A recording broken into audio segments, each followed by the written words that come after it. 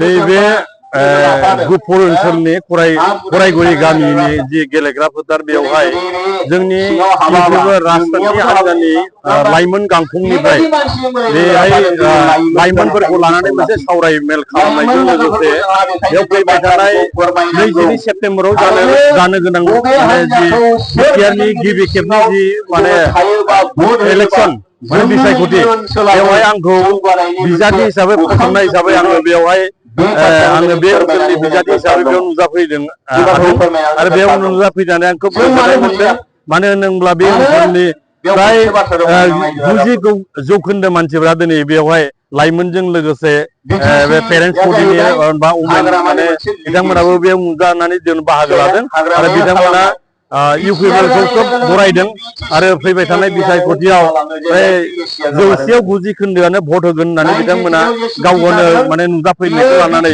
आङो खोब गोजोननाय मोनदों बिजाथि हिसाबै आरो बिथांमोननिसिम आङो माने साबायखर बावहरदों आरो बिथांमोना दले बले गासिबो बेयाव गुबुन गुबुन राजनिति हान्जानि माने सापर्टार दङमोनब्लाबो दा बेवहाय गासैबो एबार बिटिआर सुक्तिखौ सम्पुर्ण भाबे जाफुंनांगौनि सार्थआव बे ओनसोला माने समष्टि जानांगौनि सार्थआव बे ओनसोला हाउनो जानांगौनि सार्थआव बिथांमोना भट होनो थाखाय दिनै रेडि जानानै दङ ओंखायनो फैबाय थानाय बिसायख'थियाव नैबे 27 जनसि समष्टिनिफ्राय बिजाथि हिसाबै इउपिपिएल दलनिफ्राय आङो देरहागोन होननानै आङो रोखा जानो हादों।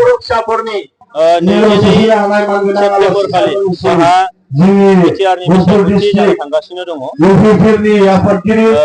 बाथि जेनेरेल इलेक्सनबो जानो थांगासिनो दङ। दा दिनै जोंहा बिटिआर सुक्तिनि गेजेरजों गुफुर हालाम थामिनगा गहपुर बिश्वनाथ आरो सनितपुर बे हालामा जितु बिटिआर ओनसोलाव सोसनजाबाय सुक्ति बादियै बेनिखायनो बे ओनसोला मोनथाम समष्टियाव हाबदों जिहेतु नैबे गहपुरा जोंहा धोनस्रि समष्टियाव हाबदों बेबायदिनो माखासेया रौतायाव आरो माखासे ओनसोला जोंहा हरिसिंगायाव हाबदों। दा दिनै आङो धोनस्रि समष्टिनि बेयाव फैदों गहपुराव जोंहा धोनस्रि समष्टिनि बिजाथि रुजुगोरा मुसाहारि बिथाङा लोगोआव दंफायो। दा फैबाय थानाय बिसायख'थियाव जाहाथे बिटिआर सुक्ति बादियै जिहेतु बिथांमोननि गोबाव समनि जे लुबैनाय जे हास्थायनाय आसा मिजिंफ्रा जाफुंसारबाय गोलाव समाव बिथांमोना गोलोमदै मोदै फसरनांदोंमोन दुखु सारजारला सैनांदोंमोन नासयजानाय गादब जानाय सोबख'जानाय थगायजानाय बेबायदि मोनसे थासारियाव दंमोन। 1989 मायथाइयाव बड'फानि जे सोमावसारनाय समाव 534 बर' सुबुं आगोमा बर' सुबुंफोरा मुंख्लं जानांदोंमोन। बे ओनसोला खिन्थु थांनाय बिएसि सुक्ति आरो बिटिसि सुक्तियाव बे ओनसोलखौ बोनथुमनो हायाखैमोन बा बे ओनसोलखौ सोसननो हायाखैमोन। नाथाय मानगोनां प्रमद बर' दैदेननायजों लोगोसेयैनो जोंहा गबिन्द बसुमतारी रन्जन दैमारि आरो एनडिएफबिनि जा रुजुगोरा मुसाहारि बिथांमोनखौ लाफानानै गासैबो सोमावसारग्रा हान्जाफ्रा ज' जानानै जे मोनसे थामथि खोलोबनि सुक्ति खालामबाय बिटिआर सुक्ति थांनाय 2020 मायथाइनि 27 जानुवारियाव बिनि गेजेरजों नैबे ओनसोला बोनथुम जाबाय आरो गिबि खेबनि थाखाय दिनै बिथांमोनहा फैगौ 22 सेप्तेम्बराव बिसायख'थियाव बाहागो लानो मोनजेनसिगोन।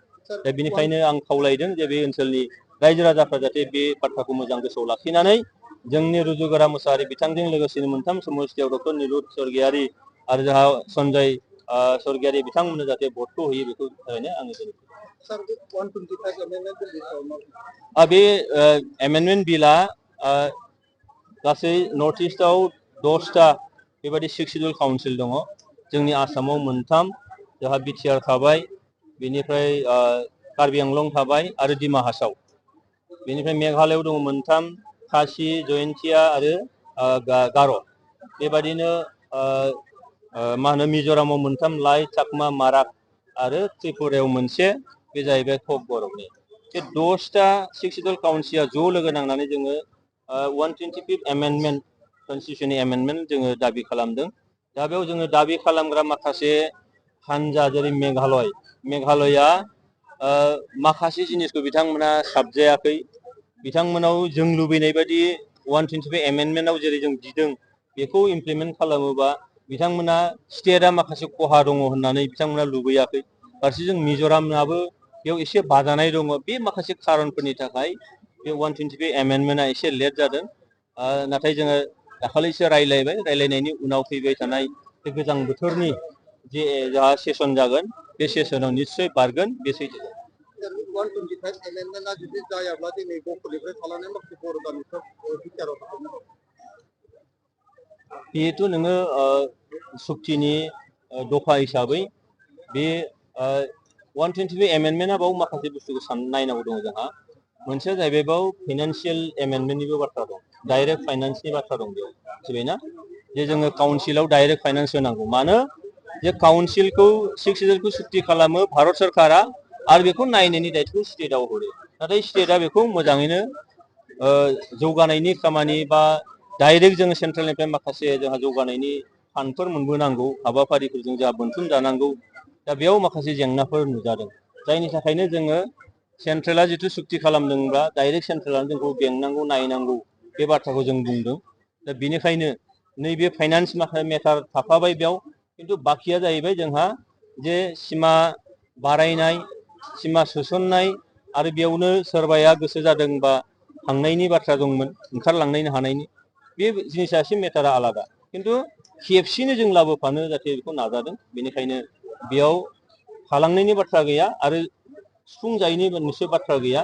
मानोना नैबे बिसायख'थियाजोंनो जों फोरमायगोन दिनै UPPL थामहिनबा सुक्ति खालामग्रा सुबुंफोरा दिनै जाय हान्जाखौ बांसिनै सापर्ट खालामदों बे हान्जायानो दिनै गोहोआव फैफिनगोनब्ला मेजरिटि नाम्बार अफ भट लानानै, दा होमबा भारत सरकार आसाम सरकारा मावफुङैनि बाथ्रा गैया।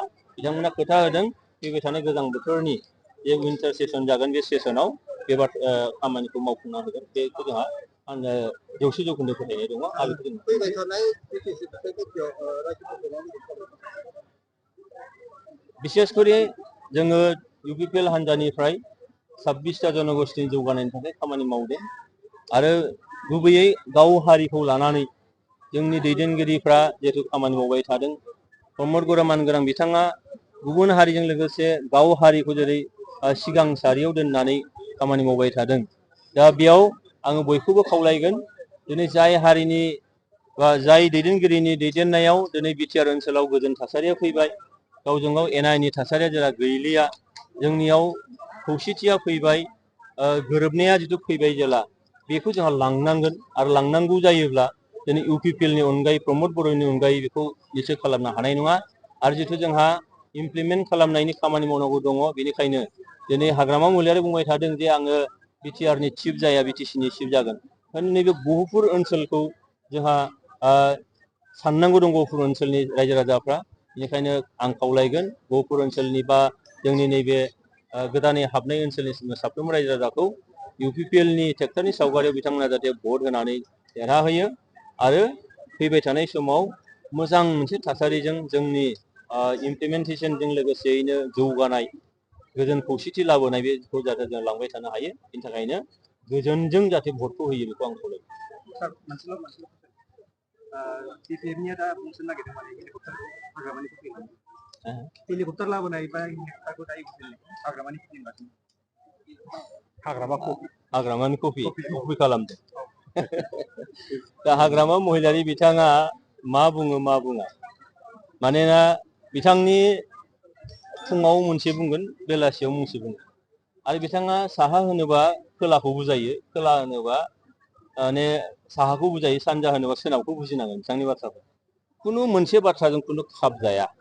दा बेनिखायनो दिनै जोङो रायजो राजाफोरखौ थिग मोनसे समावनो मोनसे बाथ्राखौ जोङो फोरमायनांगोन, खामानि मावनाया स्पिड आप जानांगोन। बे खारनाव दिनै UPPLआ जिथु सरकाराव दङ, सरकार दं हिसाबै जोङो रायजो राजाफोरनि मोजां खामानि मावनो थाखाय समजों खाबजानानै खामानि मावनो थाखाय माखासे हाबाफारिफोर लादों आरो बे हाबाफारिफोरनि गेजेरावनो बे मोनसे सोरखौबा कपि खालामनायनि बाथ्रा गैया। मानोना हाग्रामानि कपि खालामना नांगौ होननाय बेबायदि जेबो मुवायानो गैया। जों सोलोंनांगौनि बाथ्रायानो गैया।